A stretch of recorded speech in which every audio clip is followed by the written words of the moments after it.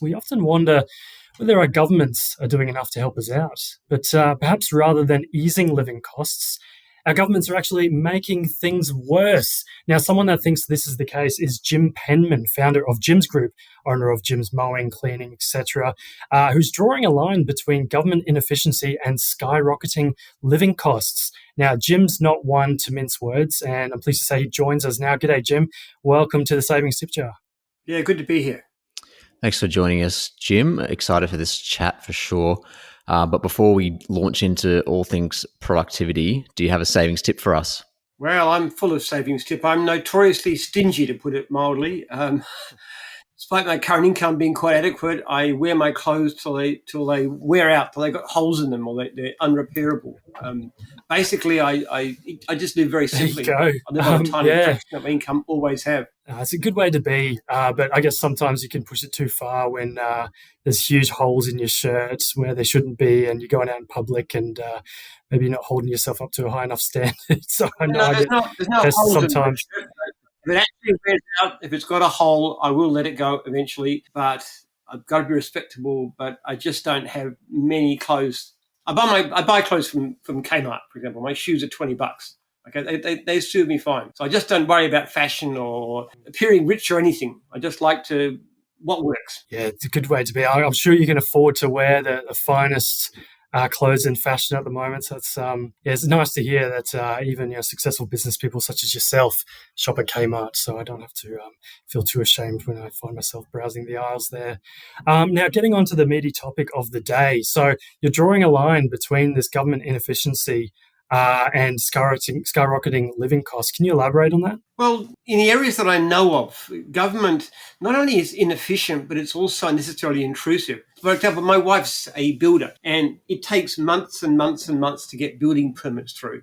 Now, that alone adds tens of thousands of dollars to the cost of every house.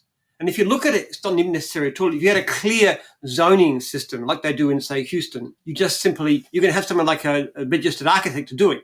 All those public servants were paid massive amounts of money every year. All they do is add to costs. So first of all, governments do far too much in so many areas. Occupational licensing is another one, a lot of ridiculous regulations. There's ways to be fair to people without burying us under this pile of red tape. But the other thing that's noticeable is that government is so inefficient. And I know even in my own business, with an entrepreneurial eye, it's easy to get inefficient. We're going through a process right now where we're actually documenting every job that we do, working out, can you do it differently? Can you do it better? Now, we're cutting our costs down by about a third just by going through that process. It never happens in the public service.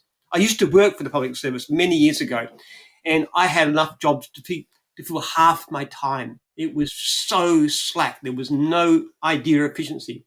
So I would suggest that the public service is probably about 3 times overmanned. First of all, not doing what's not necessary, and secondly, doing that very, very inefficiently. Yeah, now what you said there at the top there, Jim, around the cost of a house, the staggering costs it is to actually get building permits and to actually build the damn thing. I've read in Sydney it can cost around $300,000 to $400,000 to even get a house off the ground and constructed. So no wonder things are so expensive. Why is that the case? If our houses were the same price as they are in Houston, Texas, which is a relatively relaxed zoning, they would cost about half what they're doing. They'd cost about $500,000 Australian. In Sydney and Melbourne, they cost double or more than double that. So our housing, just because of the ridiculous zoning laws, cost double what they should. So young people who cannot get into a house, it's only because of government regulations that's causing that to happen.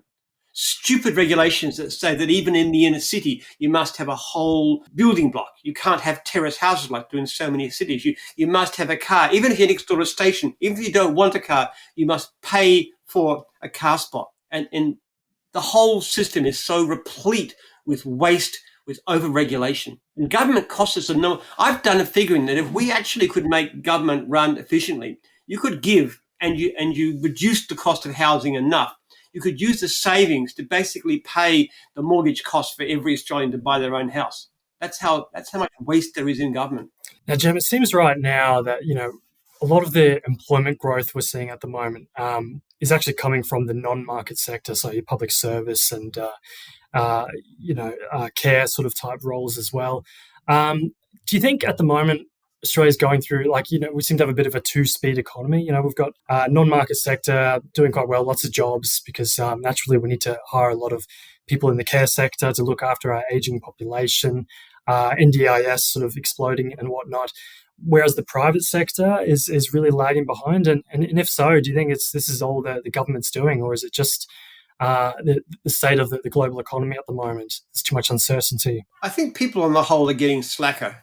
People are not as hardworking as they were decades ago. You can see this in opinion surveys. If you ask young people today what they want out of life, like 30 years ago, they would say, a career or something I could really give myself to. These days, much more about money, leisure, security, those kind of things. Attitudes have changed, and you can really see that in young people. In fact, a lot of the best employees we find are those who are recent immigrants or children of immigrants. But also the government itself has a tremendous effort in forcing down our standard of living. I know how much it costs us every year. It costs us hundreds of thousands of dollars just to try and cope with ever-mounting government regulation. For example, in the franchising sector, doing a disclosure document is a minefield. You have to have lawyers to galore to do it. They change this all the time to do this ridiculously elaborate disclosure document. Now, I know for a fact, we've asked, none of our franchisees ever read this thing. I asked at a training recently, I said, has anybody read their disclosure document? Not one person put up their hand. And yet hundreds of thousands of dollars a year trying to cope with this mountain of regulation. Now, I suggested in every inquiry, I said there's a very simple way to have ethical franchising. And that's to every year at the franchisor's expense, you do a survey by a reputable polling company to ask franchisees directly what they think of their franchisor, and you publish that. Now, that would cost the government effectively nothing. It would cost the franchisors very little. That would do 100 times more for ethical franchising than all the garbage they throw at us all the time. Simple solutions like that, market-oriented instead of more and more bureaucracy. They keep on adding more and more requirements. If you want to go, we wanted to get a sporting complex built on our site, adding to the value of the site. Okay, so reasonable thing to do, nothing being damaged. We have council saying two things. First of all, because of the fire risk, you must take out these trees. Oh, they also said another thing too, because of their trees, you can't take out the trees. All right. So here's the obligation for the council. You must take out the trees. You can't take out the trees. They put conflicting controls on us. Instead of going to one place for one simple guideline, you have these warring departments, and it takes months and months and months to go through this ridiculous process. And that adds so much cost to everything. All these things have great ideas behind them, correct the environment, look after fire, but they make it so difficult for business. And people like to think that it's the businesses pay the cost. The builders take it out of their fat margins. Well, let me tell you, it doesn't work. Builders work with the margins they've got. If you put extra costs on builders, you force up the price of housing. If you put them on franchisors, you force up the price of franchising. And everybody, ordinary people, pay the cost. Now, Jim, what you said there at the start, I think some people can be forgiven for being a bit nihilistic and not wanting to maybe try and build a career and instead just buy tennis shoes or whatever because the rug's being pulled out from under them with regards to housing and the cost of it. But we'll move to business investment now. Now, cast your eyes back to our younger self. Do you reckon you'd be able to start the Jim's business now? Is it a lot harder to start a business nowadays? And is that part of the productivity problem? Yes, it would be more difficult to do it now. I wouldn't like to start a business now competing against myself because I'm pretty well established. We've got tens of millions of dollars invested in software systems, for example, so it'd be hard. But yes, it is more difficult all the time. Just about every month you see more and more regulations. Like take employment, for example, the absolute minefield that you have to go to do with staff and the kinds of issues and the kinds of controls and the number of people you don't need, bureaucratic procedures, and you've got to do this and this and this, and heaven help you if you get something wrong. It's really, really difficult and time-consuming. Look, it's wonderful, absolutely wonderful for lawyers, I have to tell you. Great environment for lawyers. They're having a field day because there's more and more government-imposed work. But as far as businesses are concerned, as far as the employees are concerned, It's terrible. Look at a simple example. Look at the taxi industry. Now, this was a government-imposed monopoly. It said you have to have a medallion to drive a taxi, okay? Now, when the companies like Uber and Lyft come along, break the monopoly, two things happen. First thing is service gets better. Second thing is it gets cheaper, all right?